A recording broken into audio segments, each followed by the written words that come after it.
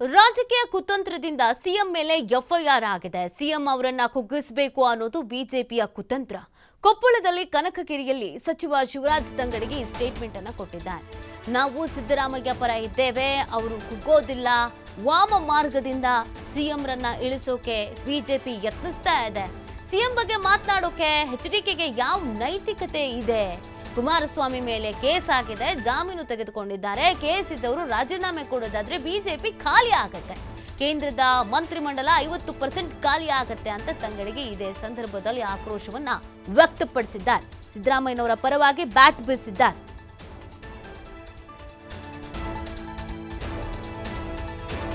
Sir, ಇದು FIR ಏನಂದರೆ ರಾಜಕೀಯ ಕುತಂತ್ರದಿಂದ ಆದಂಥದ್ದು.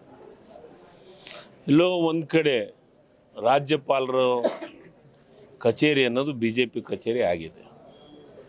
ಅಲ್ಲೇನಾಗ್ತಾ ಇದೆ ಅಂತಂದ್ರೆ ಸಿದ್ದರಾಮಯ್ಯನವರು ಮೂಢ ವಿಚಾರದೊಳಗೆ ಅವತ್ತಿನ ಅವಧಿಯೊಳಗೆ ಅವರು ಅಧಿಕಾರದಾಗೂ ಇದ್ದಿದ್ದಿಲ್ಲ, ಮುಖ್ಯಮಂತ್ರಿಗಳು ಆಗಿದ್ದಿಲ್ಲ, ಅಭಿವೃದ್ಧಿ ಮಂತ್ರಿನೂ ಆಗಿದ್ದಿಲ್ಲ.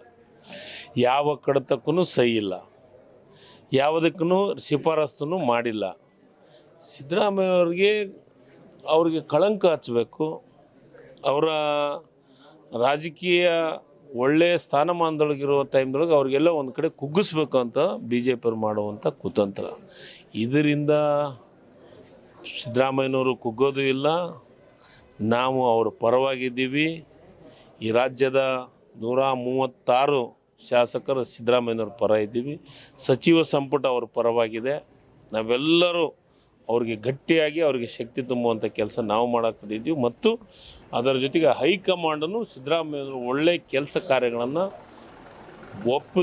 ಒಪ್ಪೋದ್ರ ಜೊತೆಗೆ ಈ ರಾಜ್ಯಕ್ಕೆ ಒಬ್ಬ ಬಡವ ದೀನ ದಲಿತರ ಬಂದು ಸಿದ್ದರಾಮಯ್ಯನವರು ಈ ರಾಜ್ಯದ ಮುಖ್ಯಮಂತ್ರಿ ಆಗಿರ್ಬೇಕಂತ ಅಪೇಕ್ಷೆ ಇದೆ. ಅದು ಬಿ ಜೆ ಪಿಯವರಿಗೆ ಸಹಿಸ್ಕೊಳ್ಳೋಕ್ಕಾಗಲ್ಲ. ಈ ರೀತಿ ವಾಮ ಮಾರ್ಗದಿಂದ ಅವ್ರನ್ನ ಇಳಿಸುವಂಥ ಕೆಲಸಕ್ಕೆ ಕೈ ಆಗುತ್ತೆ. ಇದಕ್ಕೆ ಯಾವುದಕ್ಕೂ ಬೊಗ್ಗೋದು ಇಲ್ಲ, ಜಗ್ಗೋದು ಇಲ್ಲ. ಕಾಂಗ್ರೆಸ್ ಪರವಾಗಿ ಕೆಲಸ ಮಾಡ್ತಾ ಕುಮಾರಸ್ವಾಮಿಯವರಿಗೆ ಯಾವ ನೈತಿಕ ಹಕ್ಕೈತೆ ಸಿದ್ದರಾಮಯ್ಯವ್ರ ಬಗ್ಗೆ ಮಾತಾಡೋಕ್ಕೆ? ಅವ್ರ ಮೇಲೆ ಕೇಸ್ ಆಗಿದೆ, ಅವ್ರ ಮೇಲೂ ಎಫ್ಐಆರ್ ಆಗಿದೆ, ಅವರು ಜಾಮೀನು ತೊಗೊಂಡಿದ್ದಾರೆ. ಯಾವ ಇದ್ರ ಮೇಲೆ ಹೇಳ್ತಾರೆ? ಯಾವ ನೈತಿಕ ಹಕ್ಕಿದೆ ಅವ್ರಿಗೆ? ಬಿ ಜೆ ಪಿಯವ್ರಿಗೆ ಯಾವ ನೈತಿಕ ಹಕ್ಕಿದೆ?